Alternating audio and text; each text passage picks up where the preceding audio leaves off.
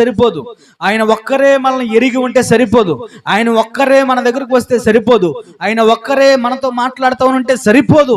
మనం కూడా ఏం చేయాలి?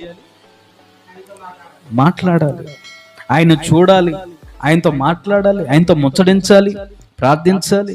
అప్పుడు మన జీవితాలలో ఆయన కృప మన పైన నిలిచి ఉంటుందని వాక్యం చెప్తుంది.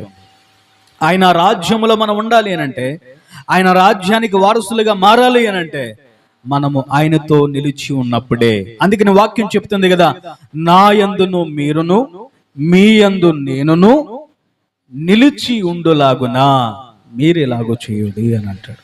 అంటే మన యందు ఆయన యందు మనం నిలిచి ఉండాలి. మనం ఆయన యందు నిలిచి ఉండటం ఎంత ప్రాముఖ్యమో, ఆయన మన యందు నిలిచి ఉండటం కూడా ప్రాముఖ్యమే. ఈ రెండాటిలో ఏది లేకపోయినా ప్రమాదం. కనుక ప్రియ దేవుని